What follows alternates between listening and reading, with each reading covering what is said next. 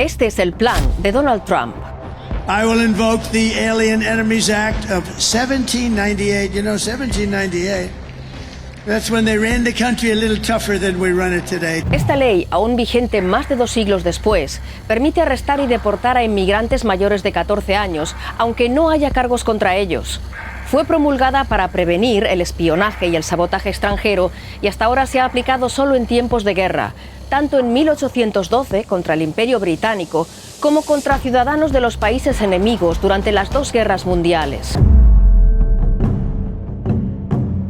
Así, amparadas en una ley de 1798, entre 1942 y 1943, las autoridades estadounidenses trasladaron a unas 120.000 personas de ascendencia japonesa a campos de concentración. 2/3 de ellos eran ciudadanos estadounidenses. Esto constituye como una de las violaciones más grandes de los derechos humanos en los Estados Unidos y es más, el gobierno a través de la historia se ha disculpado con las personas de ascendencia japonesa por haber hecho tal catástrofe. La ley invocada por Trump no ha vuelto a aplicarse desde entonces. La cláusula del debido proceso, recogida en 2 enmiendas de la Constitución estadounidense, prohíbe detener a cualquier persona, también a inmigrantes, sin el debido proceso legal.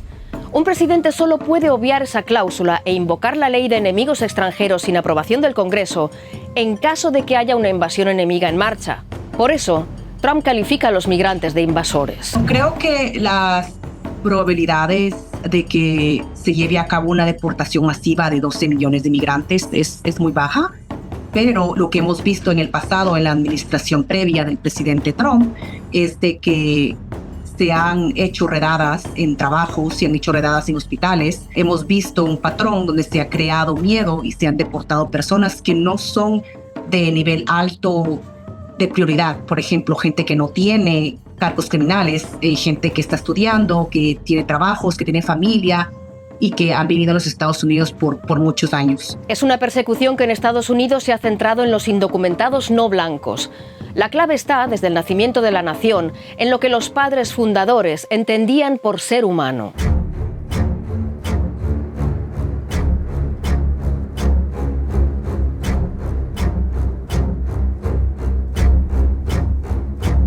La gente de color no era considerada seres humanos, ni las mujeres eran consideradas seres humanos. La Declaración de la Independencia de Estados Unidos de 1776 dice que todos los hombres son creados iguales. Esta declaración fue escrita por Thomas Jefferson, que al mismo tiempo, a lo largo de su vida, tuvo unos 600 esclavos. La palabra clave es la palabra hombres y no en el sentido de género, porque finalmente viene de mensch, se refiere a seres humanos. El problema es entender qué está entendiendo Jefferson y todos estos Founder Fathers por ser humano. No los indios, no los negros, no los españoles, solamente los blancos anglosajones protestantes.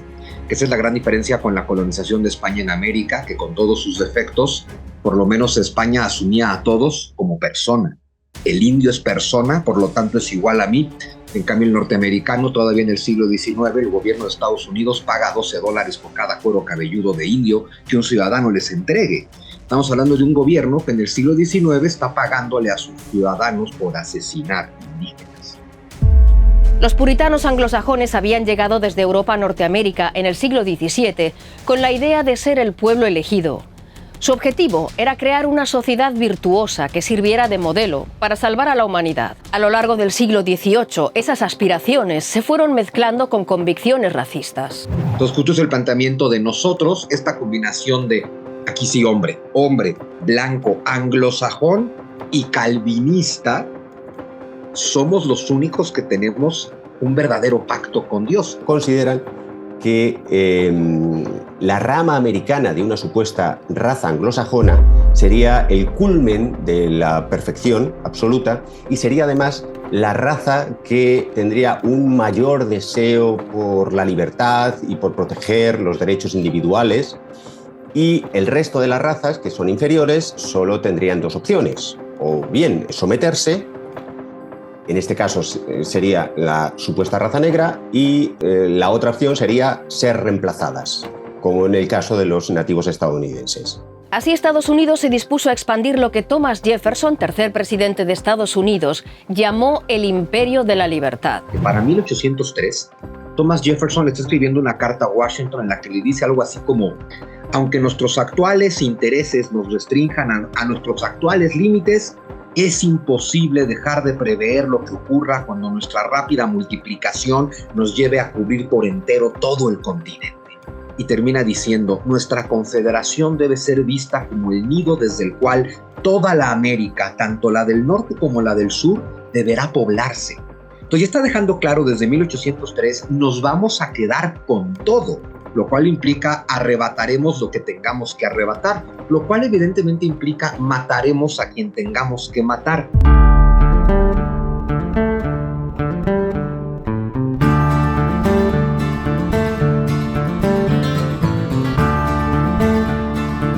Así, considerándose el pueblo elegido por Dios, los fundadores de Estados Unidos iniciaron su expansión por Norteamérica. En 1783 había quedado sellada la independencia que las 13 colonias británicas habían declarado 7 años antes. Desde muy pronto había existido la idea de que los pueblos indígenas debían ser asimilados. Se pensaba que los nativos americanos debían adoptar la forma de vida de los colonos anglosajones. No obstante, la concepción que iba imponiéndose, impulsada por figuras como el presidente Thomas Jefferson, era que los nativos eran incompatibles con la civilización anglosajona. Por eso, se creía que debían ser expulsados para ocupar y utilizar sus tierras. Fue precisamente Jefferson quien en 1803 cerró la compra de Luisiana a Francia por $15 millones. El acuerdo ponía en manos de la joven república un territorio inmenso, el 23% de la superficie actual de Estados Unidos.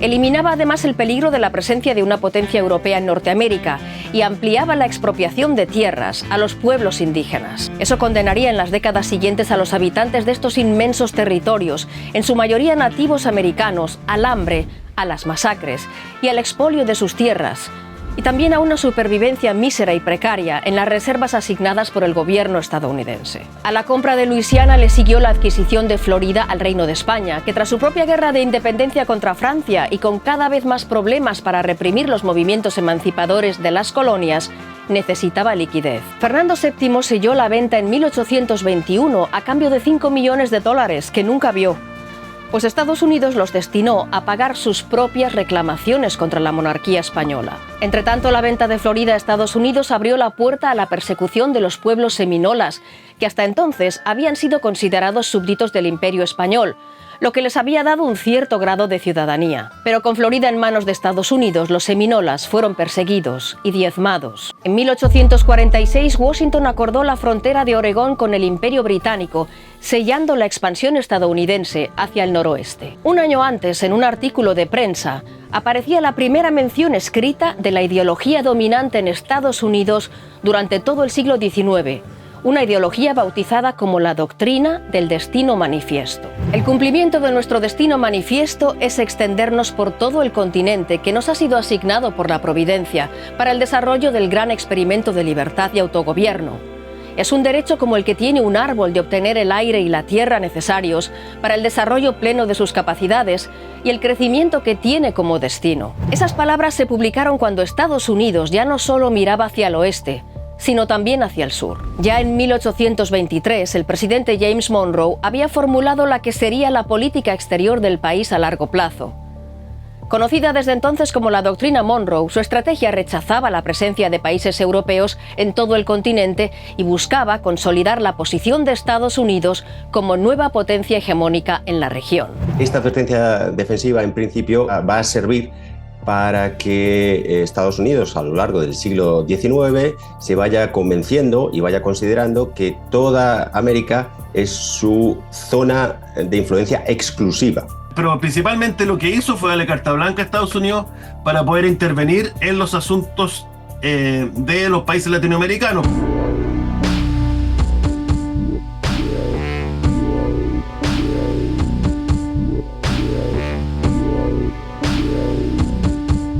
Para mediados de la década de 1830, antes de que Texas se independizara de México, unos 30.000 colonos angloamericanos se habían instalado allí con el permiso de las autoridades mexicanas. Pero era una población díscola que no respetaba las leyes locales. Se negaba, por ejemplo, a dejar de tener esclavos en un país que ya había abolido la esclavitud. El conflicto de las autoridades mexicanas con los colonos estadounidenses acabó generando una guerra que terminó con la declaración unilateral de independencia por parte de Texas. Claro, el ejército de Estados Unidos apoya a los tejanos para independizarse de México, y tienes esta Texas independiente de 1836 a 1845. Por eso cuando Estados Unidos anexa Texas, claro, para Estados Unidos, que sí reconoce la independencia de Texas, estamos permitiendo que un país independiente ingrese a nuestra unión.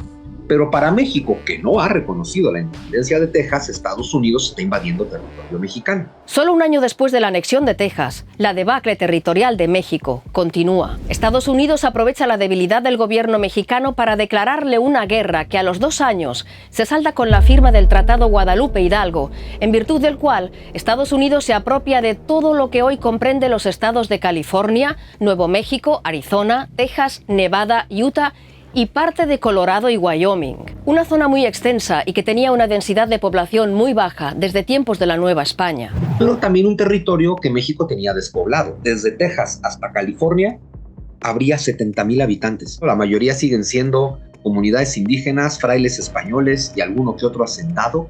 Y ya, y efectivamente el argumento es el mismo. Tú no estás explotando este territorio, por lo tanto Dios quiere que sea mío. A las pérdidas tras la derrota en 1848 se suma una cesión voluntaria, la venta de la Mesilla en 1853. El deseo de evitar una guerra con su poderoso vecino del norte determinó sin ninguna duda la decisión del gobierno mexicano. Pero también hay que decirlo, no es que tuviéramos opción. No es que a mediados del siglo XIX México le pudiera poner algún tipo de condición a Estados Unidos como no se la puede poner hoy. A mediados del siglo XIX, los líderes estadounidenses consideraban que no solo tenían derecho a intervenir en México, sino también el deber de hacerlo. Así lo reflejaba un artículo publicado en 1846 en una revista estadounidense, la American White Review, recogido en el libro La raza y el destino manifiesto. México era pobre, perturbado, en anarquía, casi en ruinas. ¿Qué podía hacer para contener la mano de nuestro poder, para impedir el avance de nuestra grandeza? Nosotros somos anglosajones americanos. Era nuestro destino poseer y gobernar este continente. Estábamos obligados a hacerlo. Éramos un pueblo elegido y esta era la herencia asignada a nosotros. Habíamos de empujar a todas las demás naciones ante nosotros. En los años siguientes a la compra de la Mesilla a México, Estados Unidos alcanzaría sus fronteras actuales con la compra de Alaska al Imperio Ruso en 1867 y con la anexión de Hawái en 1898. Desde ese momento, la expansión estadounidense dejó de ser geográfica para convertirse en una estrategia económica y política.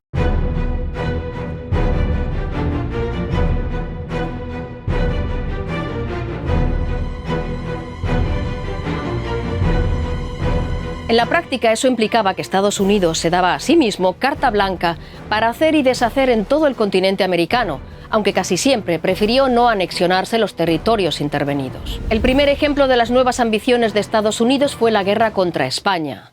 En 1848, Washington le había hecho una oferta para comprar la isla de Cuba por $100 millones. Pero España rechazó la oferta y en 1898 Estados Unidos aprovechó la misteriosa explosión de un acorazado estadounidense en el puerto de La Habana para responsabilizar a Madrid y declararle la guerra. El conflicto se saldó con una clara victoria estadounidense que impuso a España la cesión de sus últimas colonias: Cuba, Puerto Rico, las Islas Filipinas y la isla de Guam. Washington se anexionó Puerto Rico y Guam, y solo la guerra de guerrillas del movimiento nacionalista filipino impidió que hiciese lo mismo con el archipiélago asiático. En cuanto a Cuba, en virtud del tratado firmado con el gobierno de La Habana en 1903, Washington no solo se aseguraba la cesión a perpetuidad del uso del área de la bahía de Guantánamo, sino que también se arrogaba el derecho a intervenir en Cuba en cualquier momento. Para entonces, la doctrina del destino manifiesto había evolucionado hacia un nuevo ideal. Mientras Estados Unidos seguía velando por sus intereses nacionales, también se consideraba un ejemplo a seguir como república de libertades. Y como tal, se encomendaba el deber de extender el buen gobierno y la democracia por el mundo, recurriendo para ello a cualquier medio si era necesario. Es reveladora la conversación mantenida en 1913 entre el embajador estadounidense en Londres, Walter Page, y el ministro británico de Asuntos Exteriores, Edward Grey, a propósito de un golpe de Estado que acababa de darse en México. Suponga que Estados Unidos interviene. ¿Qué ocurrirá después? Los obligamos a votar y que vivan de acuerdo con los resultados. Pero suponga que no lo hacen así. Volvemos y los obligamos a votar otra vez. Y seguirán con esto 200 años. Sí, Estados Unidos permanecerá allí durante 200 años y puede continuar fusilando gente durante ese breve periodo hasta que aprendan a gobernarse. El siglo XX comenzaba en Estados Unidos con la gran mayoría de los blancos de origen anglosajón, todavía convencidos de ser el pueblo destinado a llevar el buen gobierno, la prosperidad comercial y el cristianismo al mundo. Hablemos de ocupaciones en Nicaragua, en Haití y en República Dominicana entre 1912 y 1924. Lo que hizo Estados Unidos fue ocupar durante años, fue administrar todo el Estado y fue incluso crear su fuerza armada a imagen y semejanza de lo que tenían en Estados Unidos. No solo afectó los desarrollos democráticos de esos países, sino que también creó ciudadanos de segunda clase, es decir, habían abogados, habían profesores, todos ellos quedaron casi sin trabajo y eso fue generando revoluciones en primer lugar y después un rechazo y un antiamericanismo muy fuerte.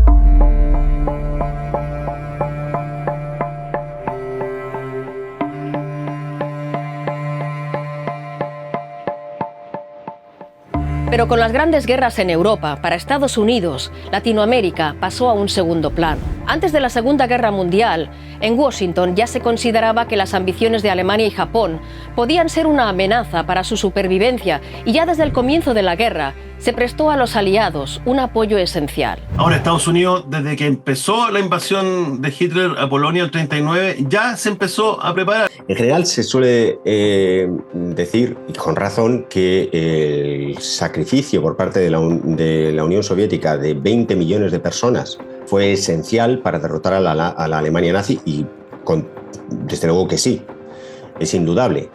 Pero también es verdad que sin el dinero estadounidense y sin las fábricas de Estados Unidos, la victoria en la Segunda Guerra Mundial por parte de los aliados hubiera sido imposible.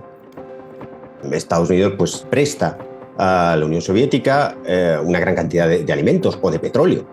Y también para el Reino Unido decenas de miles de camiones o de locomotoras o de vagones. Toda una serie de artículos y de productos que, si bien no son directamente de uso militar, son esenciales y fundamentales para poder mantener el esfuerzo bélico. El desembarco estadounidense en Normandía también fue clave para la supervivencia de Europa occidental. Las conquistas por parte de los aliados desde Francia y desde Normandía van a impedir que el ejército soviético ocupe toda Europa y por tanto va a impedir que toda Europa esté en manos de Stalin, lo que significará que los países de Europa occidental no sufrirán el destino que sí sufrieron los países de Europa del Este, es decir, dictaduras donde se erradicaba cualquier oposición y se encarcelaba a los opositores, y donde cada vez que se producía algún tipo de levantamiento o de revuelta contra los gobiernos, pues la Unión Soviética intervenía militarmente con sus tanques. También está el apoyo de posguerra, que es toda la reconstrucción de Europa a través del Plan Marshall. Si no hubiese entrado Estados Unidos, si no hubiese existido este plan, seguramente o posiblemente hubiesen quedado más a expensas de los nazis, o en caso de haber ganado la Unión Soviética, se hubiese demorado mucho más, digamos, y hubiese estado más expuesta a la influencia ideológica, al control y al tipo de gobierno que tenía la Unión Soviética en esos momentos. Me atrevo a pensar que sin desembarco en Normandía, o bueno, sin participación de Estados Unidos, era muy difícil que Europa le ganara a Hitler, aunque Hitler solito se metió en la tontería de querer invadir la Unión Soviética y creo que con eso Hitler hubiera sido derrotado y tal vez los soviéticos se hubieran comido el resto de Europa, nunca lo sabremos, es jugar con el hubiera. Pero es un Estados Unidos que no puede permitir que ese proyecto llegue a la costa del Atlántico. La intervención estadounidense en el conflicto, que libró a Europa occidental de caer bajo el dominio tanto de Hitler como de Stalin, así como los 13.000 millones de dólares del Plan Marshall para reconstruir el continente, forjaron una férrea alianza entre Washington y los países al oeste del telón de acero. Pero no se puede olvidar que Estados Unidos puso punto final a la guerra, con el que probablemente sea el mayor horror bélico de la historia de la humanidad: las bombas atómicas sobre Hiroshima y Nagasaki. muy probablemente el deseo de mostrar la capacidad destructiva de Estados Unidos frente a la Unión Soviética pues desempeñó un papel muy importante a la hora de decidir lanzar las dos bombas atómicas. La bomba de Hiroshima y la de Nagasaki, parece que había un interés por parte del gabinete de Truman de la necesidad de lanzar las bombas atómicas. Primero para probarlas y segundo, sobre todo, para enviar un mensaje a la Unión Soviética para que Washington pudiese imponer con mayor facilidad sus perspectivas y sus intereses en el mundo de la posguerra. Lo más rápido y lo que se pensó en su momento fue esta bomba atómica en términos operacionales, pero también de esta variante política que era dar la señal a la Unión Soviética de que ya Estados Unidos se estaba posicionando como una potencia global, que era lo mismo que estaba haciendo la Unión Soviética. Así, en la segunda mitad del siglo XX, Estados Unidos, que seguía considerándose cuna de las libertades, identificó al comunismo como la nueva amenaza para las democracias liberales y se adjudicó la tarea de frenarlo. Para ello, no dudó en recurrir y apoyar a dictaduras con tal de mantener su esfera de influencia y poner coto a la expansión soviética. Había que contener al comunismo en todos los frentes donde fuera posible.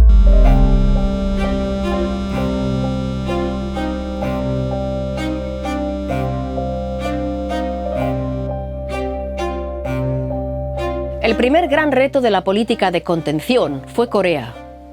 Lo que había sido una colonia japonesa tras la Segunda Guerra Mundial quedó dividido en dos estados. Al norte del paralelo 38 se encontraba la República Democrática Popular de Corea, una dictadura comunista, y al sur estaba la República de Corea, una dictadura capitalista. Corea del Norte no aceptaba la partición del país y por eso, sin previo aviso, en junio de 1950 invadió el sur.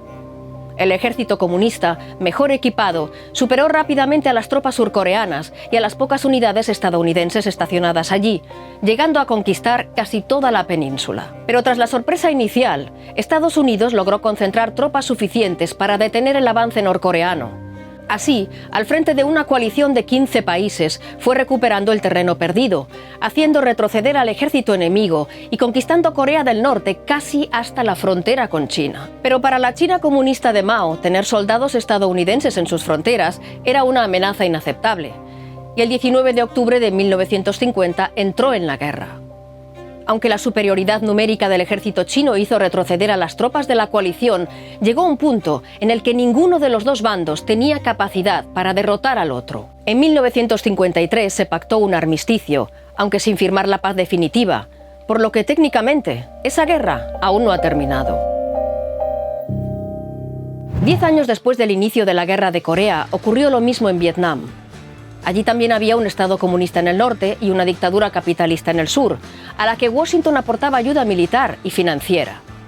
Pero era un régimen corrupto con muchas dificultades para reprimir a la guerrilla del Vietcong, apoyada por Hanoi, que al igual que Corea del Norte, aspiraba a reunificar el país en un Estado comunista. Estados Unidos enviaba cada vez más soldados para ayudar al sur a contener al norte, hasta que en 1964 optó por intervenir de forma directa en el conflicto. Lo paradójico es que desde muy pronto en la Casa Blanca ya se instala la convicción de que esta es una guerra que no se puede ganar. El secretario de Estado, Robert McNamara, que fue secretario de Estado entre 1961 y 1968, muy pronto dice directamente que esta guerra no se puede ganar. Pese a ello, a finales de los años 60, en Vietnam había cerca de 500.000 de soldados estadounidenses. Esa inversión de cada vez más recursos y soldados generó protestas que ponían en aprietos al gobierno estadounidense. Los jóvenes estadounidenses no entienden por qué tienen que marchar a miles de kilómetros a morir en una jungla para defender a su país. Esto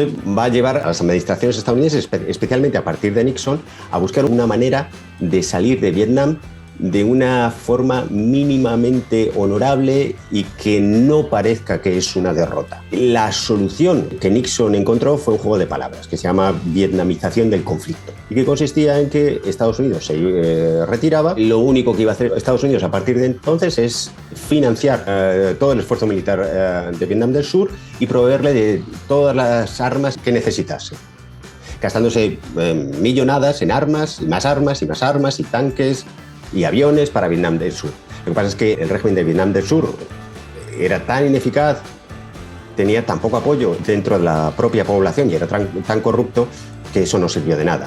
y al final cayó frente a Vietnam del Norte, ocasionando la imagen que Estados Unidos no deseaba, que es la de una derrota, aunque Estados Unidos en principio ya no estaba en guerra contra Vietnam del Norte. El mismo deseo que había llevado a Estados Unidos a intervenir en Asia para mantener al comunismo a raya devolvió a los líderes estadounidenses el interés por Latinoamérica. Tras la Revolución Cubana de 1958, la CIA había dado la voz de alarma. Se señalaba que el comunismo ya no venía desde afuera, sino que iba a germinar dentro de los propios países de América Latina si es que no se solucionaban ciertos problemas económicos.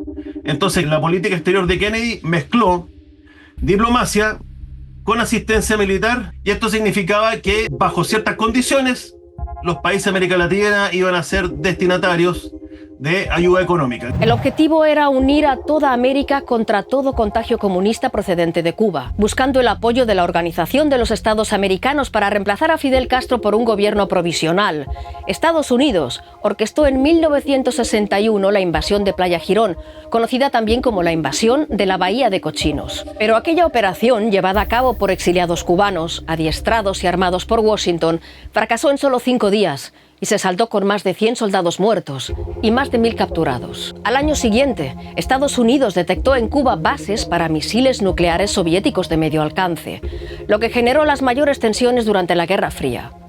La humanidad nunca ha estado tan cerca de un conflicto nuclear como en aquellos 13 días de octubre de 1962. Por fortuna, la negociación evitó la catástrofe y en el último momento, Moscú anunció el desmantelamiento y traslado de los misiles de vuelta a la Unión Soviética.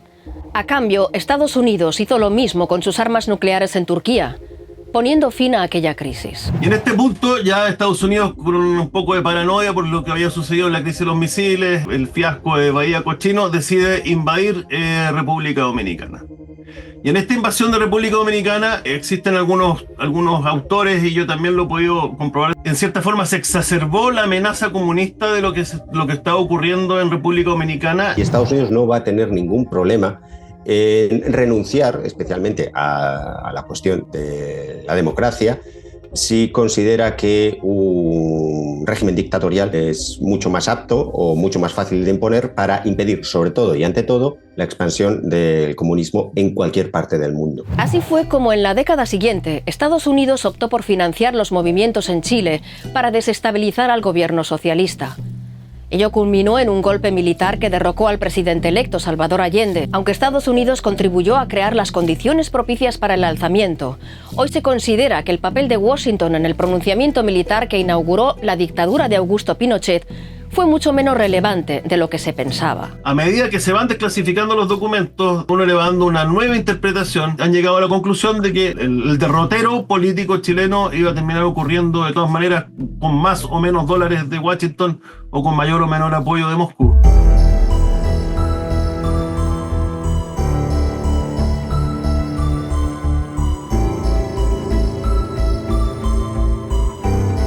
Tras la desintegración de la Unión Soviética en 1991, Estados Unidos se convirtió en la única superpotencia. El país interpretó su triunfo en la Guerra Fría como la constatación de que era un modelo de libertades y buen gobierno. Asumió como tarea extender sus ideales por el planeta y utilizó su hegemonía para ejercer de policía del mundo. Pero esos ideales se mezclaron pronto con sus propios intereses políticos y económicos. Así, el apoyo casi incondicional que había recibido de Europa Occidental desde la Segunda Guerra Mundial empezó a agrietarse a comienzos del siglo XXI, cuando países como Francia y Alemania empezaron a desconfiar de sus intenciones en Oriente Medio tras los ataques terroristas del 11 de septiembre de 2001. Esto también fue un ícono de la política exterior ya ingresando al siglo XXI en términos de volver a viejas prácticas, es decir, hacer operaciones unilaterales con pretextos que no estaban comprobados. El problema de la intervención estadounidense en Irak en la Segunda Guerra del Golfo es que ya desde el principio fue enormemente controvertida porque las razones que se presentaron para esa intervención, una era que el régimen de Saddam Hussein tenía armas de destrucción masiva y otra que el régimen de Saddam Hussein había participado en los ataques del 11 de septiembre, pues resultaron ser falsas. Ya desde el principio, ya antes de la propia invasión, se produjo un desencuentro entre Estados Unidos y aliados tradicionales como Francia o Alemania. Se negaron a respaldar esta intervención.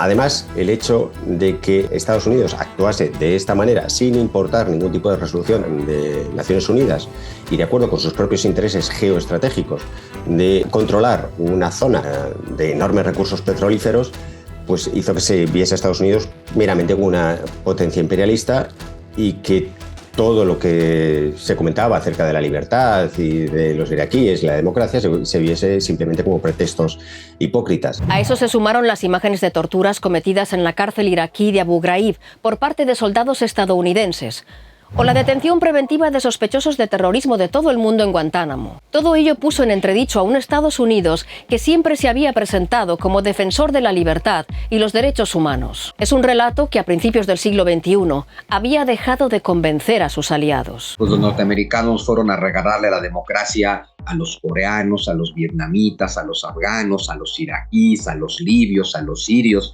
Y cada lugar donde Estados Unidos regala la democracia, lo que surge eventualmente es una dictadura.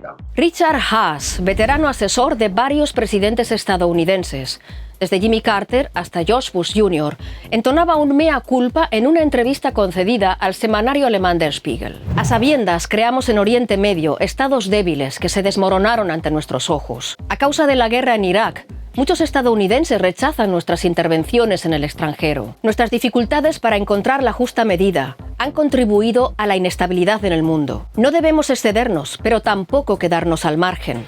Debemos abstenernos de hacer proselitismo democrático de otros países. El objetivo de la política exterior estadounidense debe ser ayudar a configurar la política exterior de los demás. Cambio de política, pero no cambio de régimen. Hoy, Washington se enfrenta a una China que cada vez se siente más fuerte para desafiar abiertamente la hegemonía estadounidense. Al mismo tiempo, ante la invasión rusa de Ucrania y la vulnerabilidad del flanco este de la OTAN, los aliados europeos vuelven a depender de su socio norteamericano. Pero el país que rescató al continente de las garras de Hitler y Stalin ya no existe. Hoy en día no tienen ni capacidad física, ni política, ni económica, y ahora introduzcamos el peso demográfico para poder interactuar o poder sostener distintos frentes a la vez. El borrador, Diplomacy First, dice específicamente que Estados Unidos no es nada sin sus aliados y es imposible responder a las amenazas que está en el Medio Oriente, a las amenazas específicamente que señala a Rusia, China y Corea del Norte, es imposible sin sus socios y sin sus aliados. Pero Donald Trump tiene otra visión de la realidad. That's going to change everything. You know, Trump doesn't like allies. He doesn't want to have to support allies. He doesn't like Ukraine. I think he's going to try to get a peace deal with Putin at the expense of Ukraine. That's going to set a very bad precedent for the rest of Europe. I think that in the Far East, it's not clear that he would be willing to actually defend American allies against China. So these are really major geopolitical risks that I think we're entering into right now. Así funciona la dinámica de las potencias a nivel mundial. Siempre hay una potencia dominante y siempre hay potencias emergentes. Las potencias emergentes buscan ser dominantes y eventualmente la potencia emergente sí o sí tendrá que luchar contra la potencia dominante y tomar su lugar. En realidad, a lo largo de la historia, Estados Unidos siempre se ha considerado y se ha presentado como el custodio de las esencias de la democracia y de la libertad. Lo que está por ver es si en el futuro podrá y querrá seguir manteniendo ese papel. Sea como sea la política del gobierno estadounidense, a Europa Occidental no le queda otra opción que garantizar su defensa por sí misma.